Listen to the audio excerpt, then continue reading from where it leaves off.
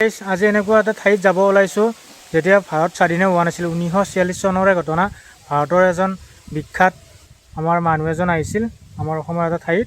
চাই থাকিব জেগাটো, ক'লৈ যাম আমি দেখাই থাকিম, চাই থাকিব। হেল্ল' গাইছ, মই শুৱালকুছি আহি পালোঁ। যেতিয়া মহাত্মা গান্ধী প্ৰথম অসমত আহিছিল তেতিয়া শুৱালকুছিতে আহিছিল। শুৱালকুছিত ইয়াত গান্ধী মণ্ডপ স্থাপন কৰিছিল। আহি ইয়াত শুৱালকুছিবাসীৰ বাবে বহুত ডাঙৰ সিদ্ধান্ত গ্ৰহণ কৰিছিল। ইয়াত পাট মুগা কাপোৰৰ কাৰণে মই দেখাই দিছোঁ আপোনালোকক ভিতৰত। মই এতিয়া ভিতৰত প্ৰৱেশ কৰিলোঁ। ইয়াত আমাৰ মহাত্মা গান্ধীজীৰ ফটো এটা বনাই থৈ দিছে। ইয়াত স্মৃতি মূৰ্তি এইটোৰ তাৰমানে সম্বোধন কৰিছিল ইয়াৰ পৰা। তেনেকৈ ইয়াত সূতা লয় শুৱালকুছিবাসীক সম্বোধন দিছিলে। ইয়াত বহি কিনো চাই থাকক। এইটো ডাঙৰ মূৰ্তি বনাই থৈ দিছে আমাৰ মহাত্মা গান্ধীজীৰ। 1946 চনতে আহিছিল শুৱালকুছিত।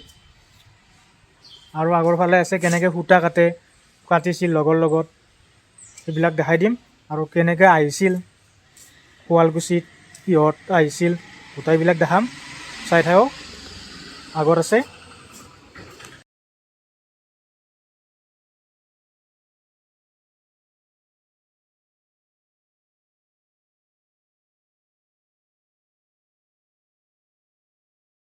কাষতে ব্ৰহ্মপুত্ৰ নদীটো আছে। ব্ৰহ্মপুত্ৰ নদীটোৰ পৰা আহোঁতে কিহত আহিছে মানে জাহাজত আহিছে।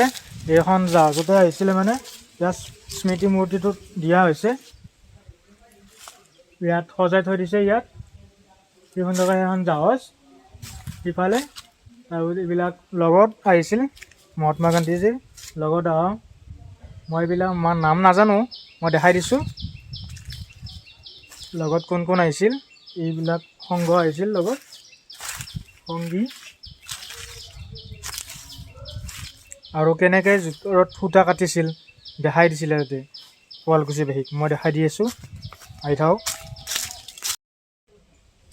এইটো জোতৰত কেনেকৈ সূতা কাটে এইবিলাক দেখাই দিছে। এইটো পলু হয় এইবিলাক। এইটো কেৰাহীটোত পলুবিলাক এনেকৈ হেৰি কৰে দেখাই দিছে। আইসকলক দেখাই দিছে। এইটো উঘা হয়।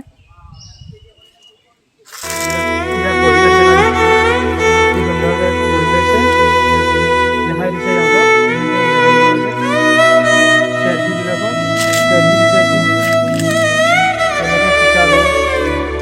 দেখাই দিছে।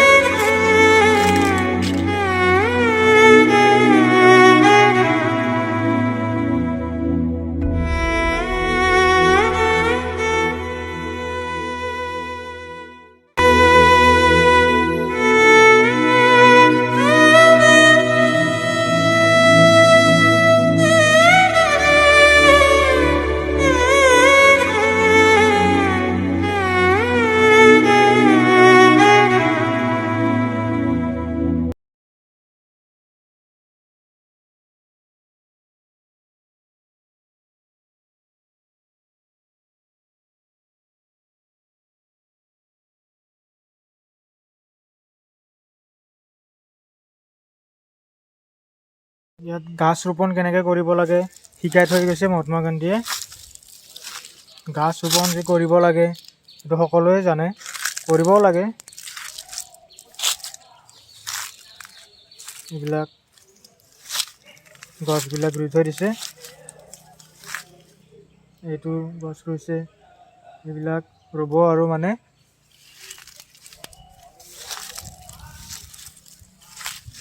এইটো মহাত্মা গান্ধীজীক লৈ আহিছে মানে। দেখা পাইছেনে আপোনালোকে? আমাৰ শুৱালকুছিবাসী মানুহবিলাক আছিল ইয়াত। কেনেকৈ হেৰি কৰিব লাগে এইবিলাক দেখাইছিল, আলোচনা কৰিছিল। কেনেকৈ পাট মুগা কাপোৰ হেৰি কৰিব লাগে, সূতা হেৰি কৰে কাটে। এইখনতে মিটিং পাতিছিলে মহাত্মা গান্ধীজী। প্ৰথম আহিছিলতো অসমত, ইয়াতে গোটেইবিলাক মীমাংসা কৰিছিলে।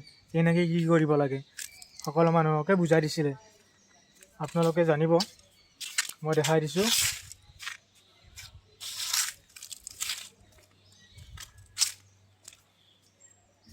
এইখনতে ইয়াত বহিছিল মানুহবিলাক,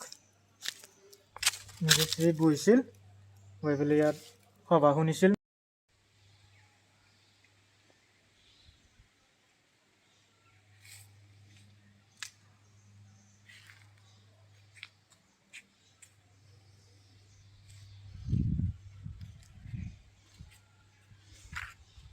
লগতে ইয়াৰ পৰিৱেশটো বহুত ভাল লাগিছে। ইয়াত বহুতকেইটা ঘৰো আছে, বহুত ধুনীয়াকৈ সজাই থৈ দিছে। আপোনালোকেও আহিব, ওচৰ পাজৰৰ মানুহবিলাকো আহিব। ইয়াত বহুত বোলে ফৰেইনৰো মানুহ আহে, বহুত দূৰৰ পৰা আহে, ভাৰতৰ বাহিৰৰ পৰা আহে। ইয়াত কেনেকুৱা তাৰমানে মহাত্মা গান্ধীয়ে কি কৰিছিল এইবিলাক শিকিব আহে আৰু কি কৰি থৈ গৈছে ইয়াত শুৱালকুছিবাসী, সেইবিলাক ফৰেইনটোৰ মানুহবিলাকো আহে ইয়াত গান্ধী মণ্ডপত শুৱালকুছি। আপোনালোকেও আহক, গোটেইখিনি জানি লওক। ইয়াত আহি সৰু ল'ৰা ছোৱালীবিলাককো লৈ আহক, স্কুলত যদি পঢ়ি আছে শিকাই দিব। ইয়াত খুৰা এজন আছে, খুৰাকে বুজাই দিব গোটেইবিলাক জানিব লগা কথা। মোৰ সিমান ভাল হোৱা নাই কিজানি, বহুত ভালকৈ ক'ব লাগিছিল, সিমান ভালকৈ নহ'ল চাগে। আপোনালোকেও বেয়া নাপাব, ভুল হ'ব পাৰে কিবা। পৰিৱেশটো চাওক না এবাৰ, যাবলৈ মনেই নাযায়। ঘৰত থাকোঁৱে নেকি ইয়াতে, গান্ধী মণ্ডপতে থাকি যাওঁ। আশ্ৰম এটা আছে সৰু চাই, তাতে থাকি যাওঁ আৰু নাযাওঁৱে ঘৰত।